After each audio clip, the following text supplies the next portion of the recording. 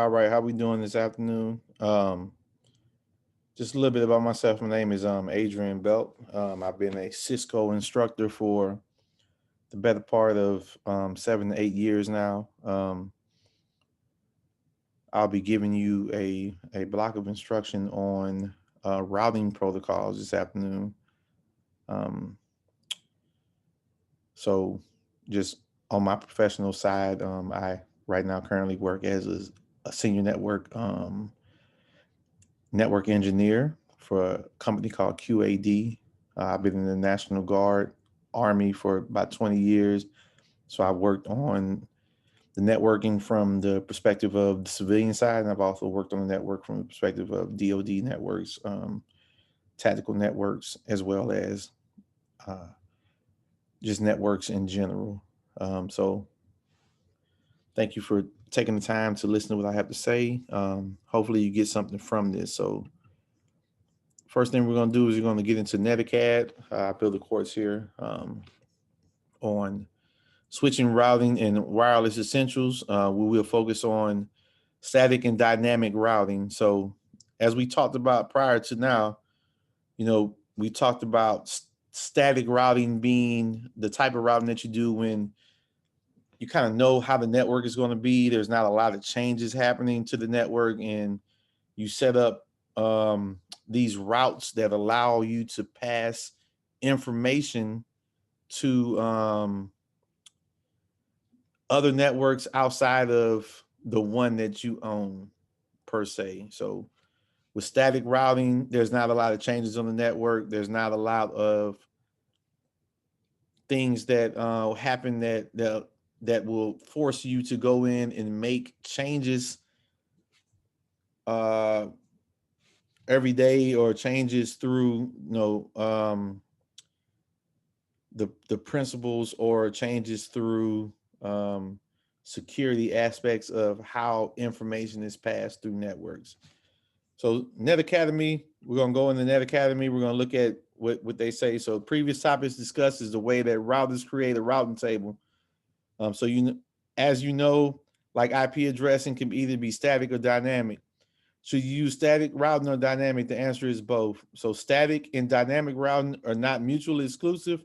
Rather, most networks use a combination of both static and routing. So there are situations where you have static routes. Number one, if you have a default route that forwards packets to your service provider. So your service provider is your ISPs or your Comcast, your Charters, the different companies that own the actual IP addresses that you're managing or own the IP addresses that you're leasing from them.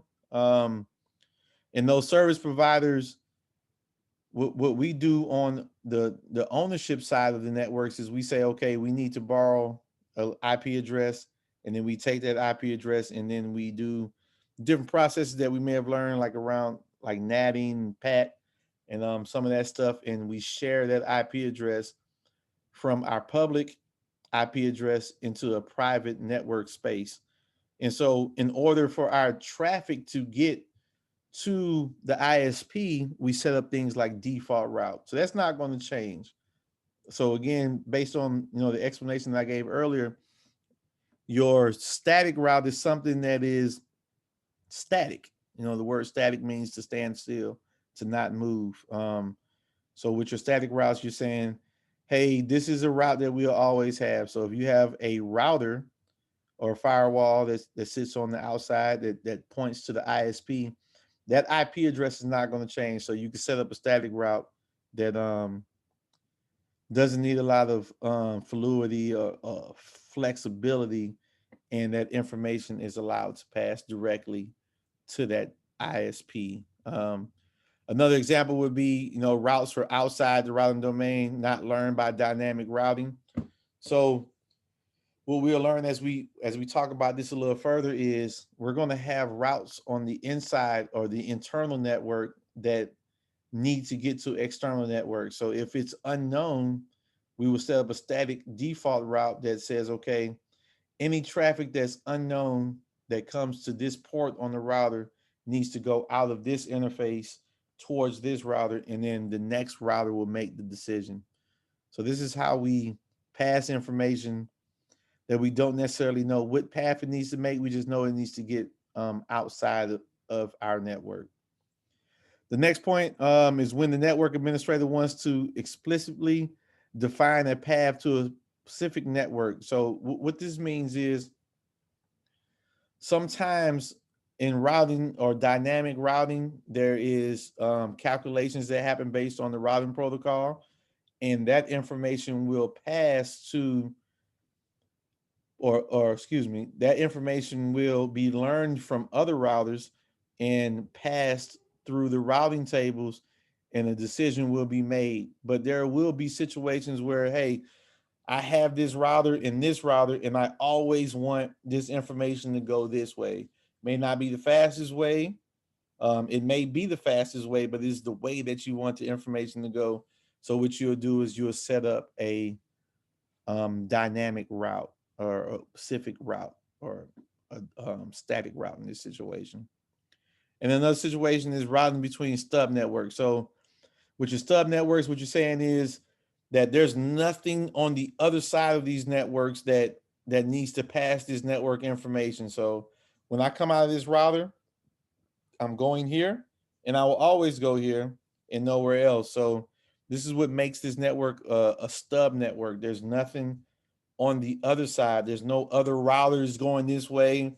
I just need to pass the information on the routing protocol so that the devices or the access points on this side of the network have the ability to know about where this traffic should be forwarded to, if that makes sense. So another key point is when you're dealing with static routes, you don't want to do these on large networks like Amazon.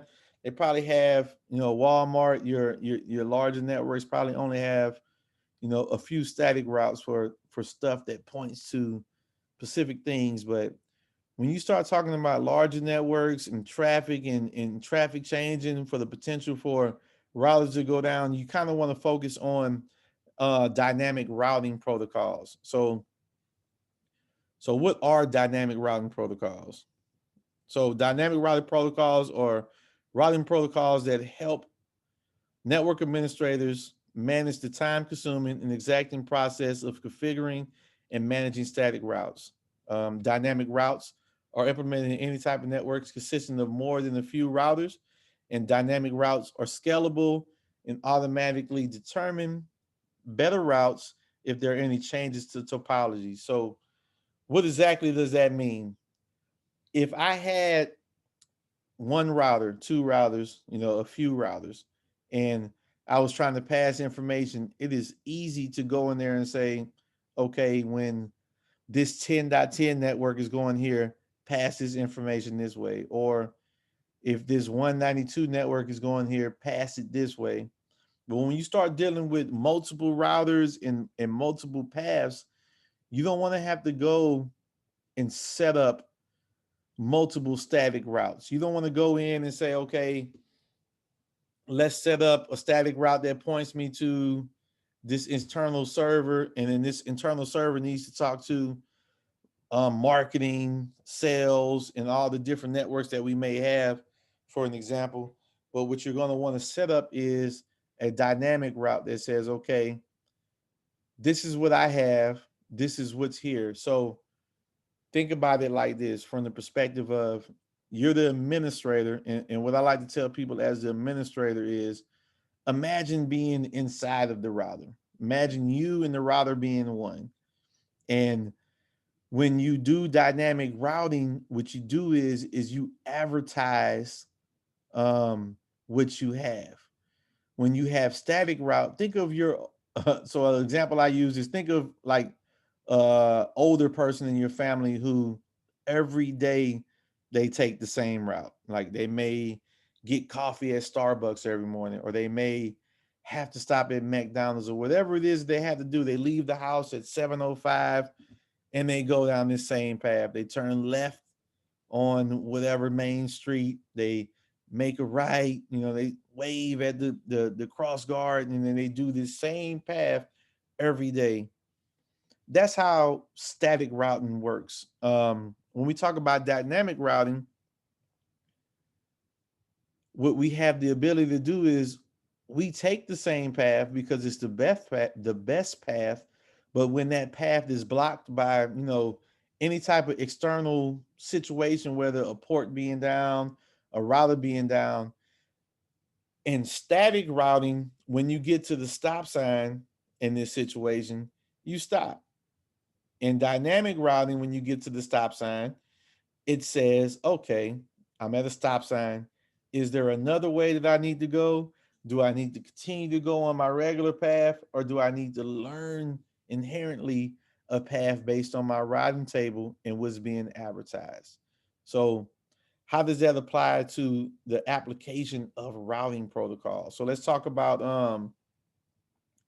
dynamic routing a little bit deeper. So I started to tell you that it's an advertisement. So you, as the network administrator, you go into the router and you say, hey, I have 5 interfaces, and I'm going to advertise these interfaces to all the other routers in my network that are using the same routing protocol. Meaning, if I'm using, for this example, I'll use OSPF, which is a routing protocol. And I say, okay, routing protocol, OSPF, process ID 1. All the other routers that use the same process ID or speak the same language as me will then say, okay, what do you have for me? I'm listening. I'm in a state of listening.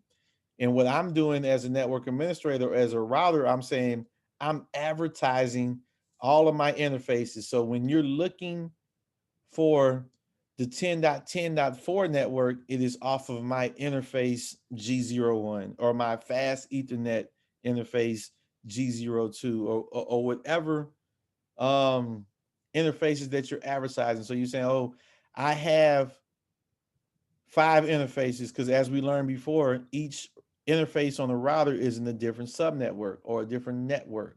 So I'm advertising. I'm saying, hey, this is off of here, this is off of here, and this is off of this interface. These are off of my serial interfaces, and I'm advertising that to the other routers. I'm saying, if you are looking for this network, I have it. I have ownership of it. I have a route to it in a path. And so the other routers inherently learn this path, or they learn that you have this based off of the information that you're pushing out on your routing table. So what your router is telling the other routers is, hey, this is what I have. The other routers are saying, okay, I see what you have. Let me load that into my routing table. And then they pass that information on to the other routers.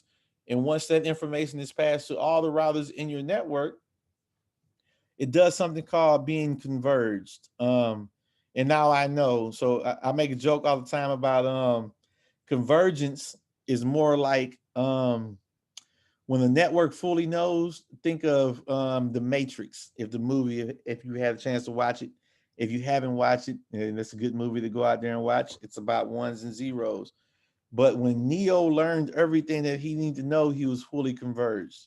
And he was able to know paths and routes and stuff that he needed to take in order to pass that information. And that's how routers work. When I have all the information that I need, I can determine the best path for me to pass that information. And that's kind of how dynamic routing happens. Um, Another difference between dynamic and static routing is when that static route goes down, there's no backup plan. There's no where do I go from here? There's no anything saying, hey, this is the way that this traffic needs to be passed. But in dynamic routing, when that path goes down, the routers talk to each other and say, okay, that path is no longer available. So let's take this route. Um, and that's what makes dynamic routing better for larger networks. For an example. So moving along, dynamic routings are commonly used in these scenarios in networks consisting of a few routers. We kind of hit on that earlier. When a change to a network topology requires networks to automatically determine another path, and we talked about that. If a port goes down, if a router loses power, and for scalability. So as networks grow, Dynamic routing protocols automatically learn about new networks. So haven't really talked about that, but think about when you start a business, or if you start as a junior network admin for a small company and they only have two departments. And as they grow, they have a need for other departments. And so as you add different sub networks or different networks, if you advertise those through dynamic routing, the routers that already exist can now learn about the new networks without you having to go in and set these static routes. So these are some of the things that you have to think about, the differences between your dynamic and your static routes. So in this situation, or on this particular slide, we talk about some of the features of both dynamic and static routing. So configuration complexities, independent of network size, is one thing that is synonymous to dynamic routing and increases with network size. So what that means is I can add networks on dynamic routing, and it's pretty much a line. I'll go into, again, I use OSPF, whatever their process ID is. I do a network statement and advertise that network, put it in the area that it needs to be in.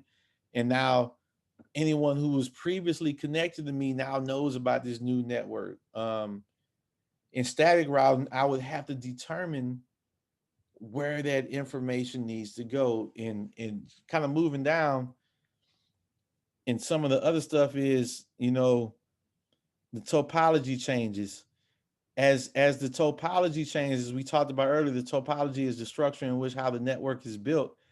As the topology changes, dynamic routes automatically adapt to those changes. Where in static routing, you have to go in as a network administrator and make those changes and add those new networks, or delete a network if it's no longer existing. Scalability is when we talk about, how easy is it, or how simple it is to add something to a network. Security. Security must be configured. So with dynamic routing, a lot of people think that static routing is more secure because you kind of control the way it is. With dynamic routing, the router itself is going to choose the best path. So you're going to need some type of external security other than the protocol that you're using to kind of manage that. Um, of course, when we talk about resource usage, we're talking about how much bandwidth, how much memory, how much CPU use is used during these protocols. And static routing is none of that, because you're saying, hey, you will go this way. There's no need to think. It's almost like a parent telling you, you will go to your room at 9 o'clock, or you will do this at this time. Where in dynamic routing is more like you've graduated and now you have your own place. So you got to do a little bit more thinking. Okay. And then path predictability. So routes depends on the topology and routing protocols used. In static routing, we're defining what protocol to use. It's not even a protocol. We're defining the way this traffic will be passed. So those are some of the bigger changes. Those are some of the different things between static routing and your dynamic routes.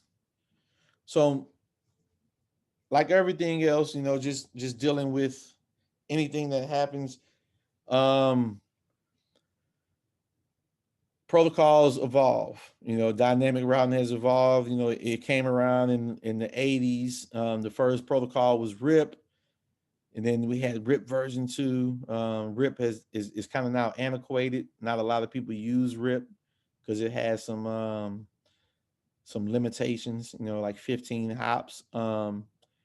Other protocols that are commonly used now are like border gateway protocols, and this is how two separate external networks can talk to each other. And this will be explored late in a further chapter, but not necessarily right now. But what's important about this particular slide is the timeline. So I'll give you a couple seconds to kind of look at the timeline. As we get further into some of the other chapters, we'll talk about some of the more commonly used protocols, but this slide kind of speaks to the point of the evolution of how routing protocols have evolved over the course of time.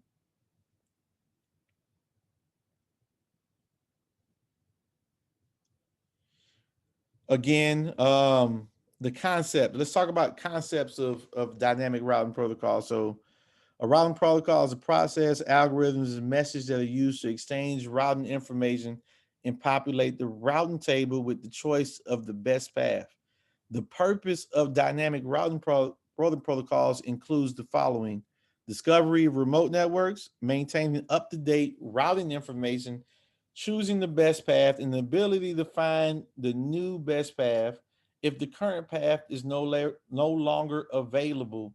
So we kind of already touched on all these things, right? So we talked about discovering remote networks. As a network goes down, I advertise a new network, or as my company grows, there's a need for me to add a different department that may not have been there when I originally set up to date routing information. So when you do static routes, it doesn't change. Dynamic routing allows the routers to advertise what they have constantly.